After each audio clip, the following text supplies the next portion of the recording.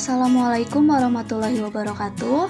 Kami dari kelompok 5 akan menjelaskan tentang anak tunagrahita. Penyandang tunagrahita atau keterbelakangan mental seringkali kurang diperhatikan. Kondisi inilah yang melahirkan Yayasan Asih Budi, sebuah organisasi sosial kemasyarakatan yang menyelenggarakan pelayanan pendidikan luar biasa bagi anak-anak tunagrahita ringan usia sekolah dasar yang tidak mampu mengikuti pendidikan di sekolah biasa. Semula, yayasan ini adalah kumpulan orang tua penyandang tunagrahita, sampai kemudian berdiri sebuah sekolah. Anak-anak penyandang tunagrahita mulai terbuka terhadap lingkungan. Bahkan, yayasan ini pula yang berada di belakang lahirnya Special Olympic Indonesia, wadah pembinaan dan pengembangan olahraga khusus bagi tunagrahita. Istilah-istilah dalam bahasa asing, yaitu ada mental retardation, mental subnormal, mental deficiency, dan intellectual disability. Dalam istilah bahasa Indonesia bisa disebut dengan lemah otak, lemah mental, cacat mental, terbelakang mental, dan tunagrahita. Definisi anak tunagrahita ialah anak berkebutuhan khusus yang memiliki keterbelakangan atau keterbatasan dalam hal inteligensi, fisik, emosional, dan sosial yang membutuhkan perlakuan atau pendidikan khusus.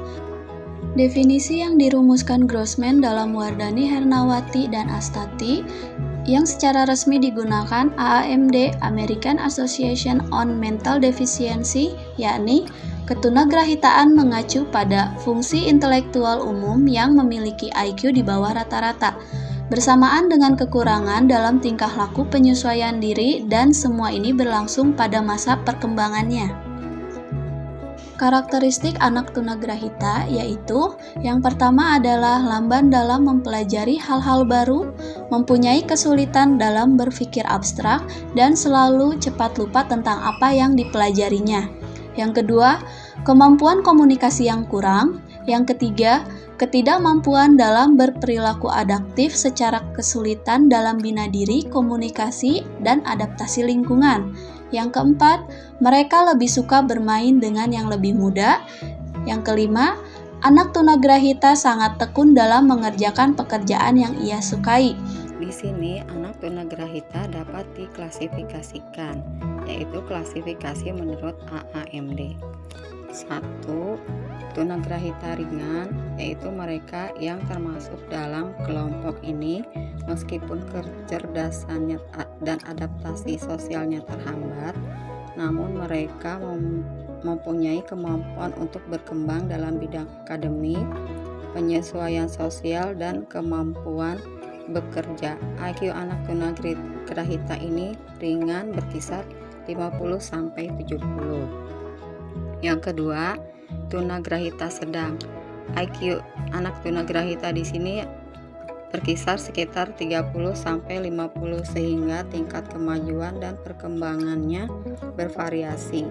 Mereka dapat belajar keterampilan dasar akademik seperti membaca, berhitung sederhana dan menulis sederhana. Yang ketiga, tunagrahita berat dan sangat berat. Pada umumnya, anak yang tergolong tunagrahita berat dan sangat berat hampir tidak memiliki kemampuan untuk mengurus diri sendiri, melakukan sosialisasi, dan bekerja. Sepanjang hidupnya, mereka selalu bergantung pada orang lain. IQ mereka kurang dari 30 sehingga mereka tidak keterampilan dasar akademis. Kemudian klasifikasi menurut tipe klinis. Klasifikasi tipe klinis adalah pengelompokan anak tunagrahita berdasarkan kelainan jasmania secara lebih rinci dan dapat diuraikan sebagai berikut. 1. Down syndrome. Tunagrahita jenis ini disebut juga tipe mongoloid karena raut mukanya menyerupai orang Mongol dengan ciri-ciri mata sipit dan miring, lidah tebal, telinga kecil, kulit kering dan kasar, susunan giginya kurang baik, dan lingkaran tengkoraknya kecil. Kemudian hidrosepal, yaitu tunagrahita jenis ini memiliki ciri-ciri seperti kepala besar, raut muka kecil, tengkoraknya membesar, pandangan dan pendengarannya kurang sempurna, dan mata kadang juling. Kemudian mikrosepal, brasepal, dan sapasepal. Ketunagrahitaan ini menunjukkan kelainan bentuk dan ukuran kepala. Mikrosepal memiliki ukuran kepala kecil, mikrosepal memiliki bentuk lidah dan ukuran kepala besar, brasepal memiliki bentuk kepala yang lebar, dan sasosepal memiliki ukuran kepala yang panjang. Penyebab dari anak tunagrahita ini adalah Strauss membagi penyebab ketunagrahitaan menjadi dua, yaitu satu endogen dan eksogen. Endogen penyebabnya adalah keturunan dan eksogen penyebabnya adalah di luar keturunan, misalnya virus yang menyerang anak, yang menyerang otak, benturan keras pada kepala, infeksi atau radiasi. Kemudian pengelompokan faktor penyebabnya yaitu satu prenatal sebelum lahir, 2 natal saat kelahiran, dan postnatal itu setelah lahir. Permasalahan anak tunagrahita ringan secara khusus dapat diuraikan sebagai berikut. Yang ke-1, masalah kesulitan dalam kehidupan sehari-hari. Masalah ini berkaitan dengan kesehatan dan pemeliharaan diri dalam kehidupan sehari-hari. Melihat kondisi keterbatasan anak-anak dalam kehidupan sehari-hari, mereka banyak mengalami kesulitan, apalagi yang termasuk kategori berat dan sangat berat. Yang kedua, masalah kesulitan belajar. Mereka sudah tentu mengalami kesulitan belajar, yang tentu pula kesulitan tersebut terutama dalam bidang pengajaran akademik. Sedangkan untuk bidang studi non-akademik, mereka tidak banyak mengalami kesulitan belajar. Yang ketiga, masalah penyaluran ke tempat kerja. Kehidupan anak tunagrahita cenderung banyak yang masih menggantungkan diri kepada orang lain, terutama kepada keluarga atau orang tua, dan masih sedikit sekali yang sudah dapat hidup mandiri. Hal ini pun masih perlu ada bimbingan dari pihak sekolah untuk lebih banyak meningkatkan kegiatan non-akademik, baik itu berupa kerajinan tangan, keterampilan, dan sebagainya, yang semuanya itu diharapkan dapat membekali mereka untuk terjun ke masyarakat.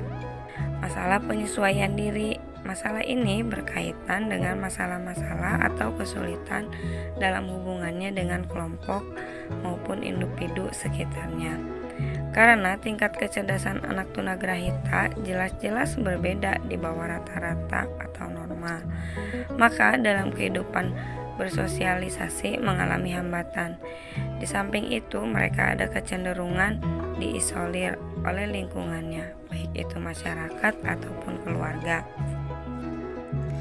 Untuk poin yang kelima, masalah gangguan kepribadian dan emosi.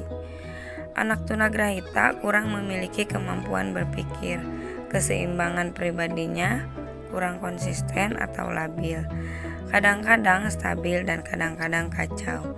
Kondisi yang demikian itu dapat dilihat pada penampilan tingkah lakunya sehari-hari. Misalnya, berdiam diri berjam-jam lamanya, gerakan hiperaktif, mudah marah dan mudah tersinggung, suka mengganggu orang lain di sekitarnya. Berikut adalah pemaparan dari kelompok kami tentang anak tunagrahita. Terima kasih. Wassalamualaikum warahmatullahi wabarakatuh.